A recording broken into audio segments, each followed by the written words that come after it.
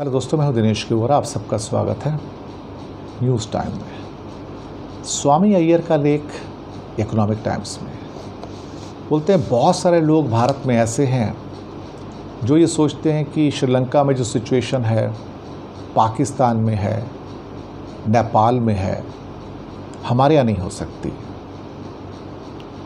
तो कहते हैं कि इंतज़ार कीजिए, आप भी वहीं पहुंच रहे हैं जहां पर ये देश थे।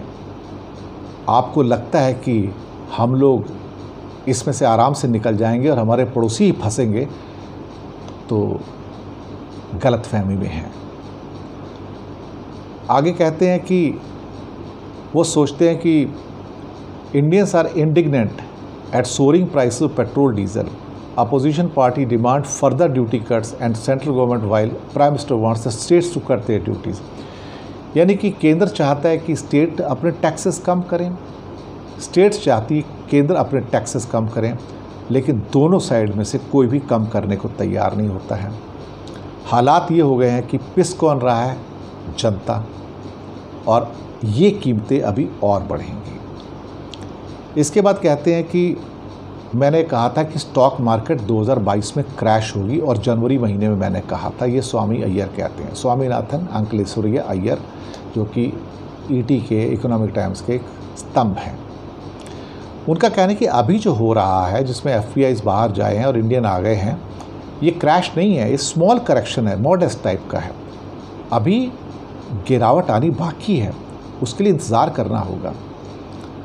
दूसरा, हमारे जो बहुत सारे भारतीय हैं उनको लगता है कि जो ग्लोबल डेट क्राइसिस, अभी ये सारा आर्टिकल डेट पे ही है, कर्जा, कि इंडिया को तो कर्जे में डूबेगा नहीं कभी, हमें कुछ होने वाला नहीं है। इस टाइफून में, इस साइक्लोन में हम नहीं डूबेंगे, बाकी डूब सकते हैं। हमारे पास तो $630 बिलियन का भंडार पड़ा हुआ है और करंट अकाउंट डेफिसिट जो है वो 3% पे है, जीडीपी का, मैनेजेबल है। क्लियरली बहुत सारे कंट्री जो क्रैश हुए हैं वो भी यही सोचते थे कि हमारा कुछ नहीं होगा, हम सेव हो जाएंगे। क्राइसिस होगा, हमारे लिए नहीं होगा। ध्यान रखिएगा, हमारे लिए क्राइसिस है, सामने खड़ा है, हमने आंखें बंद की हुई है।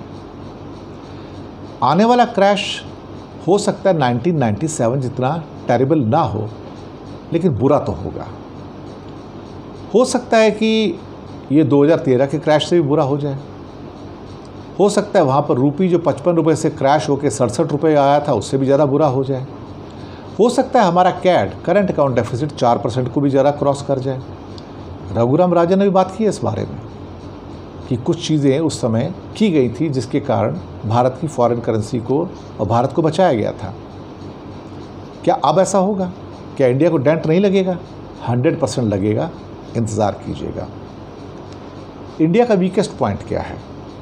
फिस्कल डेफिसिट, जिसे आप कई बार 6.4, 6.7, 7.1, 6.2 में तोलते हैं ना। आप इसको लाखों करोड़ में तोलना शुरू कीजिए तो आपको समझ में आएगा कि भारत के बजट में जो समझो 40 लाख करोड़ का है, आपके पास सिर्फ 25-26 करोड़ का ही सिर्फ रेवेन्यू है और 15 लाख करोड़ का बोरोइंग है। पिछले साल भी यही था, उससे पिछले साल भी यही था, और उससे पहले साल भी यही था। हमारा कर्जा पिछले 8 सालों में इतना ज़्यादा हो चुका है जितना हमने 65 सालों में नहीं लिया था। 75 साल होने को आ गए तो समझो जो कर्जा हमने 66-67 ईयर्स में लिया था, उससे ज़्यादा कर्जा मोदी जी ने पिछले इन सालों में लिया है। तभी तो हमारा टोटल मिला के जो डेट है 92% स्टेट्स का मिला के, स्टेट्स तो अपनी है ना, वो जीडीपी का हो गया। हम कर्जे के पहाड़ के नीचे दबे पड़े हैं, पर कोई मानता नहीं, कोई समझता नहीं। नोट तो आप छाप नहीं सकते भाई, नोट छापेंगे तो इन्फ्लेशन होगा, डॉलर थोड़ी है आपका कुछ। अब कंबाइंड फिस्कल डेफिसिट तो 11% है इस टाइम जीडीपी का। आप हिसाब लगाओगे तो जो मैं बात कर रहा हूँ बिल्कुल सही है। This is horribly high. ये और बुरा हो जाएगा यूक्रेन वॉर अगर और चलती है तो। और ऑयल में जो टैक्सेस अगर कट किए जाते हैं तो फिर तो ये फिस्कल डेफिसिट कहाँ पहुँचेगा ये पता नहीं है। अब आजकल की जो थ्योरीज है वो कहती है कि नोट को प्रिंट किया जा सकता है, तो करके देख लीजिए। फिर अगर आप प्रिंट करते हैं तो फिर अभी ऑलरेडी आप 7-8% के इन्फ्लेशन पे हैं और जो होलसेल इन्फ्लेशन है 14.5% पे है। तो यानी कि मीन इन्फ्लेशन निकाला जाए तो 10% से ऊपर है। अमेरिका 8.5% के इन्फ्लेशन पे, यूरोप 7.5% से ज़्यादा के इन्फ्लेशन पे है और फेड अपने इंटरेस्ट रेट बढ़ा रहा है। और आज जबकि खबर दे रहा हूँ तो 40 बेसिस पॉइंट का इंटरेस्ट रेट आरबीआई ने भी, जबकि आज मीटिंग नहीं थी, स्पेशल मीटिंग बुला के कर दिया गया। तो बैंकों के इंटरेस्ट रेट बढ़ गए और रेपो रेट बढ़ के 4 से 4.40% हो गया। CRR भी 0.5% बढ़ा दिया गया, 50 बेसिस पॉइंट बढ़ा दिया गया। तो जब आपका हालात ऐसे हैं तो फिर आपको कर्जे में डूबने से कौन रोक पाएगा। बहुत सारे कंट्री सोचते थे कि हाँ, people simply forget that close to 75 countries had gone bust repeatedly since 1980। वो बबल अब फट चुका है। 75 देश बस्ट हुए हैं 1980 के बाद कर्जे के कारण।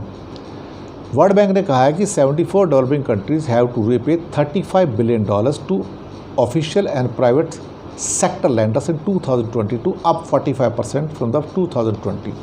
2020 के मुकाबले 74 डेवलपिंग कंट्रीज़ को $35 बिलियन का कर्जा इसी साल देना है, जो कि 2020 के मुकाबले 45% अप हो चुका है। Their coffers are already been empty by covid. उनके तो खजाने खाली पड़े हैं, पैसे देंगे कहाँ से।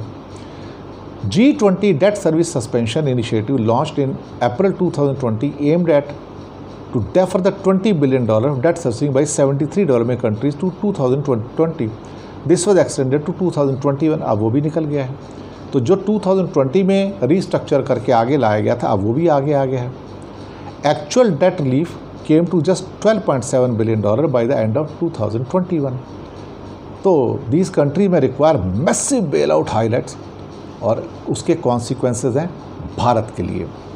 Stand in line on debt road, ये है आर्टिकल आज का स्वामीनाथन अय्यर का, जिसको मैंने लाइनअप भी करके रखा था कि इंडिया बच नहीं पाएगा। India won't escape the coming global debt crisis that will leave it down not out.